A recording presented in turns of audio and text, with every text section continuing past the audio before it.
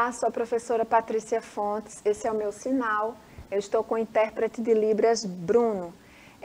Hoje chegamos para o nosso último dia da temática de atendimento ao estudante na sala de recursos, estudante com deficiência intelectual. Então, no nosso primeiro encontro, nós falamos sobre as características desse estudante, o que é interessante a gente priorizar, né? O que é de verdade significativo quando a gente pensa em desenvolvimento global, quando a gente pensa em aquisição de conhecimento, desenvolvimento de habilidades e competências. No nosso segundo encontro, nós falamos das intervenções que a gente pode estruturar, que a gente pode pensar, considerando as áreas de desenvolvimento. Né? A gente sabe que na sala de recursos multifuncionais a gente trabalha com áreas de desenvolvimento. Né? Essas áreas de desenvolvimento ampliadas que vão possibilitar um bom, um excelente, um desenvolvimento do estudante na sala regular. Então, quando a gente estrutura esse fazer na sala de recursos, a gente está pensando em ampliar o desenvolvimento justamente dessas áreas. Então, falamos da área socioafetiva, falamos das questões relacionadas à motricidade, falamos de metacognição, falamos de autoeficácia. Se você tiver interesse, volta lá no nosso segundo encontro e você vai encontrar essas informações. Mas hoje nós vamos falar sobre os recursos, né? Quais os recursos que são facilitadores para que a gente possa desenvolver um trabalho nessas áreas de desenvolvimento? E que esse trabalho seja de verdade um trabalho transformador para o estudante com deficiência intelectual. Então, quando a gente fala de seleção de recursos para o estudante com deficiência intelectual, a gente precisa pensar na rotina, não é? Como que eu estruturei minha rotina, o que é prioridade nessa rotina, o clima do meu trabalho, e aí quando a gente pensa nesse clima social do trabalho, a gente está pensando que a gente está considerando o humor do estudante, não é? Como é o comportamento, como ele interage, de que forma ele recebe algum tipo de proposição, algum tipo de estratégia. Então a gente precisa pensar e a gente precisa ter cuidado com esse clima social do trabalho pedagógico, porque a gente quer de verdade construir estratégias que sejam importantes. A gente não quer fazer por fazer. A gente precisa de um fazer que seja estruturado, onde a gente tenha visibilidade e a gente possa dar visibilidade às prioridades do trabalho para aquele estudante, o que realmente ele precisa, o que é possível, né, para que a gente pense nesse desenvolvimento holístico dessa pessoa.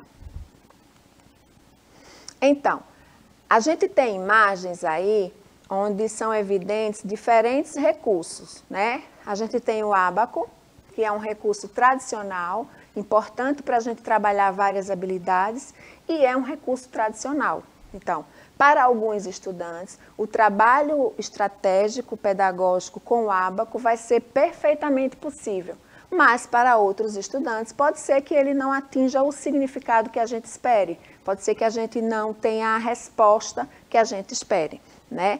Outra situação são a estratégia feita com o Tangram. O Tangram é um elemento, é um recurso didático que vai estar sempre com a gente na sala de recursos, né? O trabalho individualizado, o trabalho em grupo. Então, quando a gente pensa em selecionar os recursos, a gente está pensando que a gente já visitou as informações que estão lá no plano especializado individual, né, que a gente chama de PDI, que a gente chama de plano especializado individual, então como queiram chamar, né? Mas a gente entende que a gente já foi lá, a gente já visitou as informações, a gente já percebeu as propensões desse estudante e a gente está selecionando os recursos para ele. Quando a gente estrutura um trabalho pedagógico assim, nesse viés, a gente está falando de personalização, né? Essa personalização que é importante para que a gente perceba as demandas do estudante, as demandas desse estudante com deficiência intelectual, que é diferente da demanda do outro estudante que chegará no próximo momento também com deficiência intelectual. Então, quando a gente fala em conhecer o estudante, a gente está falando, mais uma vez, eu estou enfatizando esses aspectos porque eles são importantes demais, para que a gente conheça as necessidades do estudante. A gente precisa pensar em estratégias e a gente precisa selecionar recursos a partir do momento que a gente identifica as necessidades do estudante, o que é possível para ele, o que ele tem facilidade, o que ele gosta de fazer. E muito importante também, e talvez seja um dos aspectos mais importantes para a gente considerar, é as habilidades que ele já traz. Né? O estudante vai sempre trazer algo configurado, ele vai sempre trazer algo que já está construído. Então, a gente se apropria dessa habilidade que já está posta no seu processo de desenvolvimento, para que a gente possa pensar em intervenções que possibilitem outras habilidades mais complexas. E aí a gente tem outras possibilidades de recursos, né? A gente tem o uso da tecnologia digital, da informação e comunicação, a gente tem os computadores, a gente tem os tablets, que são importantes e que, na maioria das vezes, os estudantes têm uma propensão muito grande a interagir muito positivamente com esses recursos. A gente tem os materiais concretos, os jogos, e a gente tem as brincadeiras. A gente tem os materiais que estimulam a motricidade, e a gente já viu lá atrás que uma das características do estudante com deficiência é a dificuldade na questão motora. Então, a gente precisa colocar como uma prioridade e a gente precisa traçar os objetivos, né, que estejam voltados para o desenvolvimento da motricidade. A gente precisa trabalhar também com brincadeiras. As brincadeiras são importantes porque elas trabalham regras, elas trabalham com as questões afetivas, elas propiciam o desenvolvimento socioemocional. Então, tem vários aspectos na brincadeira que precisam ser considerados, assim como o jogo também. Né? Só que a brincadeira a gente foca nas questões lúdicas e o jogo a gente tem de verdade uma intenção pedagógica com aquele jogo. E aí a possibilidade do estudante apresentar, deixar evidente, deixar claro suas habilidades. E aí a gente pode trabalhar com teatro, a gente pode trabalhar com música, a gente pode trabalhar com encenações, a gente pode trabalhar com dança. Então a gente tem uma infinidade de aspectos, de recursos, de estratégias que a gente pode trabalhar na sala de recursos como um elemento de expressão e que, de certa forma, estamos percebendo e desenvolvendo habilidades importantes. Então, usar a emoção sempre, né? A gente sabe que a emoção ela não pode se desvencilhar do processo de desenvolvimento, do processo de aprendizagem. Então, uma excelente estratégia é a gente trabalhar diferentes atividades, né, diferentes recursos no ambiente coletivo, mesmo que seja na sala de recursos. Por que eu estou dizendo mesmo que seja na sala de recursos? Porque a gente entende que o trabalho na sala de recursos multifuncionais, ele acontece de forma individualizada, não é? E é assim que é. Mas nada impede que a gente, no desejo de construir habilidades relacionadas às questões socioafetivas e às emoções, à expressão das emoções, a gente não possa criar estratégias, né, de trabalho coletivo em grupos dentro da sala de recursos multifuncionais. Então, a gente tem alguns exemplos, né, de atividades, de recursos, de estratégias que podem de verdade trabalhar a questão das emoções. Né? Os animais, os estudantes com deficiência intelectual, os estudantes que estão no espectro do autismo, eles têm uma propensão muito grande a ter um interesse muito importante em relação aos animais. Então, a gente pode, de verdade, mesmo que a gente não apresente o animal de verdade, a gente pode trabalhar outras questões que estão relacionadas aos animais.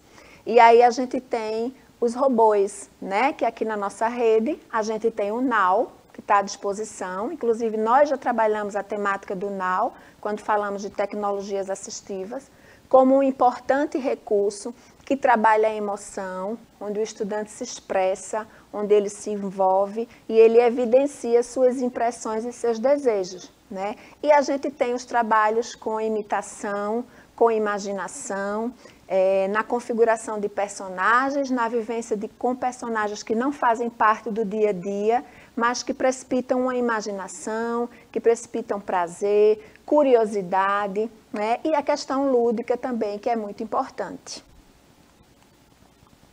Então, a gente precisa dar significado ao que será explorado, né? A gente não vai trazer uma atividade aleatória, onde os elementos da atividade não têm um significado para aquele estudante. Então, a gente está vendo aí nas imagens duas possibilidades de atividade que têm temáticas bem específicas, né? Uma, a gente vê que o trabalho é feito com os peixes, né? E aí a gente pode trabalhar conceituações diferentes em relação aos animais. Do outro lado, a gente tem diferentes animais também, né, que não são animais aquáticos, mas que têm diferentes configurações e que podem ser atrativos para que o estudante se envolva na atividade. Então, ele precisa dar um significado àquilo que ele está interagindo, àquilo que ele está vendo, para que ele possa manter o seu interesse e manter o foco. Mais exemplos, né, de recursos que a gente pode trabalhar e que se comunica com as emoções, que desperta curiosidade e que gera envolvimento. Então, a gente vai trabalhar a apropriação do sistema de escrita alfabética com uma atividade de construção e configuração de palavra, mas que tem um elemento por trás, que é o animal, o gato e a borboleta. A gente também tem outra atividade que trabalha as questões de motricidade com a representação da centopeia. A gente tem os quebra-cabeças, né? Quebra-cabeça, que podem fazer parte e devem fazer parte do desenvolvimento do estudante. E a gente também traz temática no quebra-cabeça que estão relacionadas às emoções. E aí a gente vê os cachorrinhos, né? Quando a gente fala de raciocínio lógico, recuperação da informação, estruturação do pensamento, a gente tem uma atividade que é a hora do rush, que é um material também que está disponível na nossa rede para que o estudante possa pensar, organizar seu pensamento, criar estratégias para tirar o carrinho da garagem. E aí, quando a gente fala de apropriação de conhecimento, a gente tem uma atividade com número e numeral, né, que também representa de forma muito objetiva questões do dia a dia, porque a gente tem palitinhos de picolé que vão ser encaixados na sua representação numérica. Então, reforço positivo sempre, né? A gente precisa estimular, a gente precisa encorajar, a gente precisa fazer esse estudante perceber o seu potencial, que ele consegue, que ele tem competências, né? E esse reforço positivo, ele é muito estruturante e é um estímulo indispensável para o estudante com deficiência intelectual. Aliás, para todos os estudantes, não é? Mas para o estudante com deficiência intelectual, ele precisa se fazer presente em todas as estratégias que a gente for propor, né? De atividade na sala de recursos.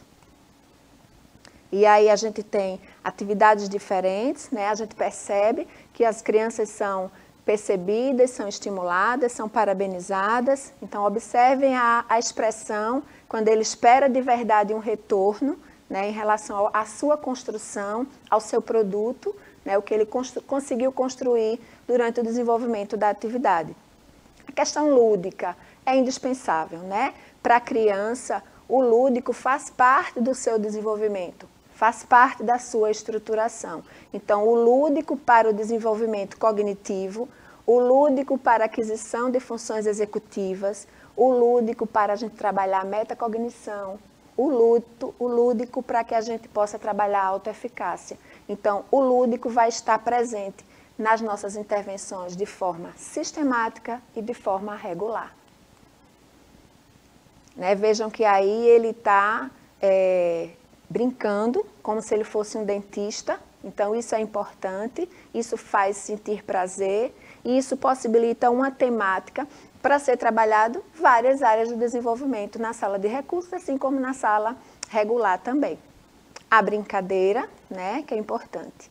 Então, espero que vocês tenham gostado dessa temática, né? Nós pensamos em estratégias, nós pensamos em recursos, nós trouxemos características desse estudante com deficiência intelectual para que você que está na sala de recursos possa organizar o seu plano educacional individualizado de forma significativa, que seja importante para o estudante, que agregue, que transforme e que faça com que ele construa sua autonomia na sala de recursos, na sala regular, no ambiente escolar e em todos os ambientes sociais onde ele circule. Espero que vocês tenham gostado, espero vocês para a próxima temática. Tchau, tchau!